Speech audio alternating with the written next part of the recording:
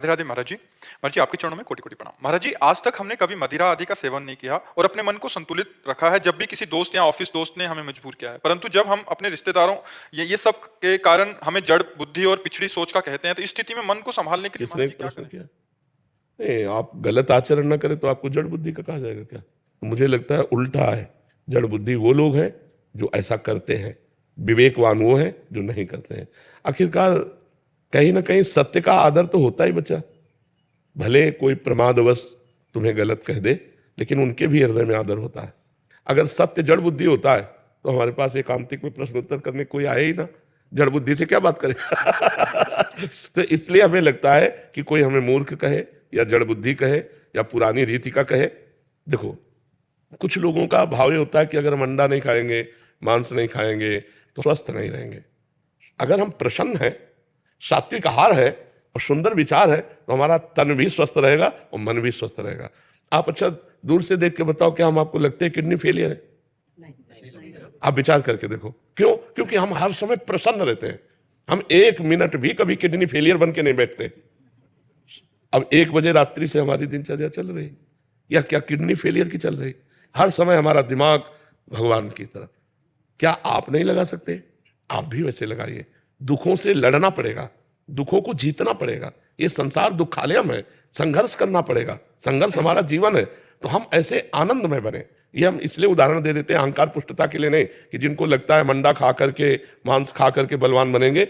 ब्रह्मचर्य, पवित्र आहार, तो संकल्प बल और शरीर बल दोनों बल पुष्ट होता है।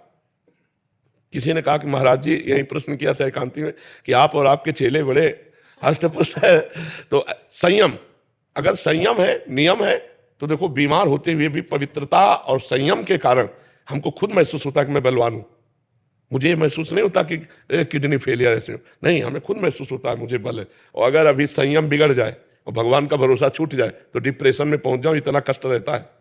तो हम ये कह रहे हैं कि अगर हमको कोई मूर्ख कहे, जड़ कहे, और हम सही ढंग से चल रहे तो हमें हिलना नहीं चाहिए, हमें अपने मार्ग से हटना नहीं चाहिए, हमें बलवान होना चाहिए। और बहुत सुंदर जीवन जाएगा यदि आप ऐसे चलोगे। शराब पीने वाला, मांस खाने वाला, व्यभिचार करने वाला आज भले स्वस्थ दिखाई दे रहा है, लेकिन कल दुर्गति को प्राप्त होगा।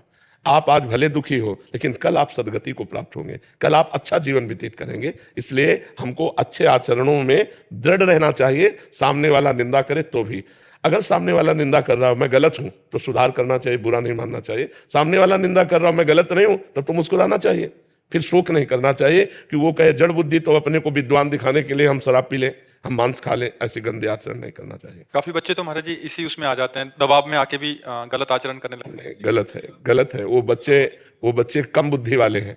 प्रवीण बुद्धि अपने जीवन को गंदा न करे। अधिकांश वैसे स्तर के हो गए ना महाराज जी। देखो, शराब जो है, एक तो शास्त्र निषिद्ध है, शास्त्र रोकता है, और दूसरी बात उसमें लाभ क्या है? प्राय हमने शराबी जनों को अपने धर्म से च्युत होते देखा है। जब आप शराब के नशे में होगे तो आपका बर्ताव ठीक नहीं होगा, आपके आचरण ठीक नहीं होंगे, आपका चरित्र पवित्र नहीं होगा। और नालियों में तो पड़े आप देखते ही, नालियों में पड़े आप देखो ना, नालियों में पड़े दिखाई देते। पैसा गया, स्वास्थ्य गया, इज्जत गई। भला ऐसा क्यों? जब हमारे शास्त्र रोकते हैं तो शराब नहीं पीना चाहिए, और जब तक ब्याह ना हो तब तक ब्रह्मचर्य से रहो। ब्याह हो जाए तो एक पत्नी व्रत धारण करो। ये जो चला है ना गर्लफ्रेंड बॉयफ्रेंड, ये बहुत नरक है, बहुत अपवित्र जीवन, पूरी गृहस्थी को चौपट कर देने वाला जीवन है। मान लो जो बच्चा 2-4 बच्चों से संबंध रखते हैं, वो कभी ब्याह करके एक में टिक पाएंगे क्या? उनकी गंदी आदत बनी रहेगी, उनका जीवन व्यर्थ हो जाएगा, गृहस्थी संबंध टूट जाएंगे। इसीलिए नए नए ब्याह होते हैं, डिवोर्स हो जाता है। ये कोई जीवन है? अरे जीवन है कि चलो अब लो नसानी अब ना नशे हो, 1-2 बार गलती हो गई, अब पति प्राप्त हो गया तो अब बहुत धर्म से रहे, या पत्नी प्राप्त हो गई तो धर्म से रहे। लेकिन आजकल शराब पीना और नया नया व्यभिचार करना और जैसे बने वैसे धन कमाना, यही उद्देश्य रह गया है। गृहस्थी के लिए ब्रह्मचर्य क्या नियम होना चाहिए महाराज? मासिक धर्म के 8 दिन बाद एक बार केवल संयोग कर सकता है, शास्त्रीय पद्धति के अनुसार। महीने में एक बार एक शिष्य ने अपने गुरुजी से पूछा कि हमारा ब्याह हुआ तो कैसे चलें? उनका वर्ष में एक बार। उनका ऐसा तो नहीं रह पाएंगे गृहस्थी में, तो उनका 6 महीने में एक बार। उनका ये भी नहीं रह पाएंगे। तो फिर ये शास्त्रीय पद्धति बताई, महीने में एक बार। शास्त्रीय पद्धति है महीने में एक बार। अब सोचो आजकल नए नए बच्चे कितने आके बता गए कि 5 बार हस्तमैथुन, 8 बार हस्तमैथुन, ये जिंदा रह रहे हैं, यही बड़ी बात है। एक मन द्रवित पदार्थ सहित, एक मन कहते 40 किलो को, 40 किलो अन्न और पानी और दूध सब कुछ मिलाकर जब पचता है तब एक बार संतान उत्पन्न करने की योग्यता का वीर बनता है। और जो लोग ऐसे नष्ट करते हैं उनकी जीवनी क्या होगी।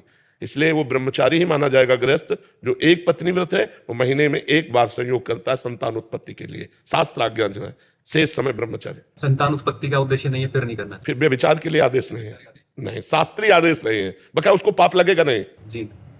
अगर वो महीने में एक बार संयोग करता है तो पाप नहीं लगेगा, पाप का अधिकारी नहीं है, लेकिन शास्त्र आदेश नहीं है। शास्त्र आदेश केवल संतानोत्पत्ति के लिए है, शेष समय ब्रह्मचर्य रहकर भगवत आराधन करते हुए अपने कर्तव्य का पालन करना।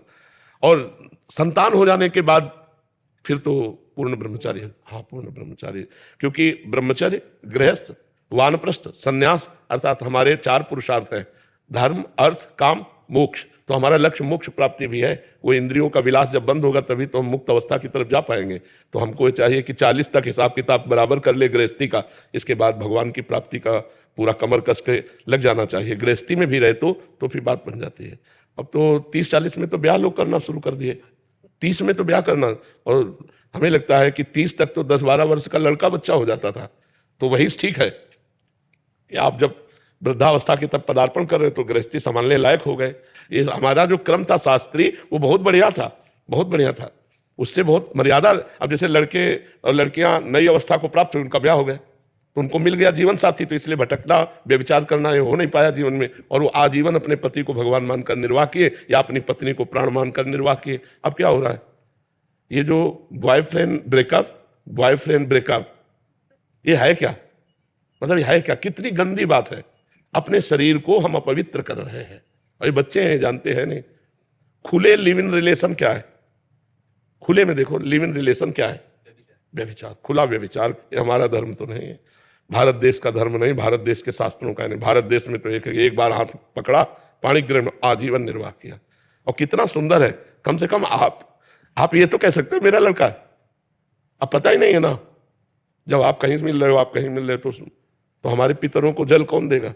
जब हमारी संतान ही नहीं तो जल कौन देगा? जब कुल परंपरागत। इसीलिए बहुत पवित्र रखा जाता था शरीरों को, कि हमारा उद्देश्य संतान उत्पन्न करना केवल भोग के लिए थोड़ी है। हमारी पितृ परंपरा है, उनका श्राद्ध तर्पण है, हमारे पितरों के उद्धार के लिए, हमारे कुल परंपरा चलाने के लिए। अर्जुन जी भगवान से कहते हैं इसी बात को कि जब योद्धा मारे जाएंगे तो स्त्रियां दूषित हो जाएंगी, स्त्रियां दूषित होगी तो वर्ण संकर संतान होगी, वर्ण संकर संतान होगी तो पितृ को श्राद्ध लुप्त हो जाएंगे, हमारे पितर भी कैसे तरेंगे।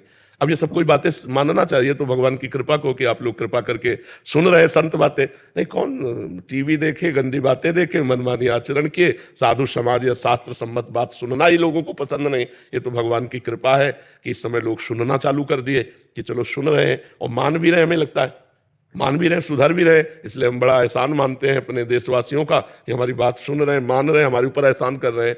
हमारा जीवन धन्य हो रहा है कि आपका जीवन धन्य हो गया तो हमारा जीवन धन्य हो गया, हमारा बोलना सार्थक हो गया, हमारा बाबा जी बनना सार्थक हो गया। महाराज जी, रील के अंदर आप या बात, तो आप इसको कुछ दूसरा आता ही नहीं है, तो देखें क्या दूसरा। रील में आप ही आते हो, कह रहे हैं। हाँ, भगवान की इच्छा है, भगवान ने ऐसी कृपा कर दिए कि समाज को मंगल में बनाना चाहते हैं, इसलिए वो नहीं। कौन माने बच्चा साधु महात्माओं की बातें, कौन माने? आप बताओ। अपने बाप की तो कोई मानता नहीं, बाबा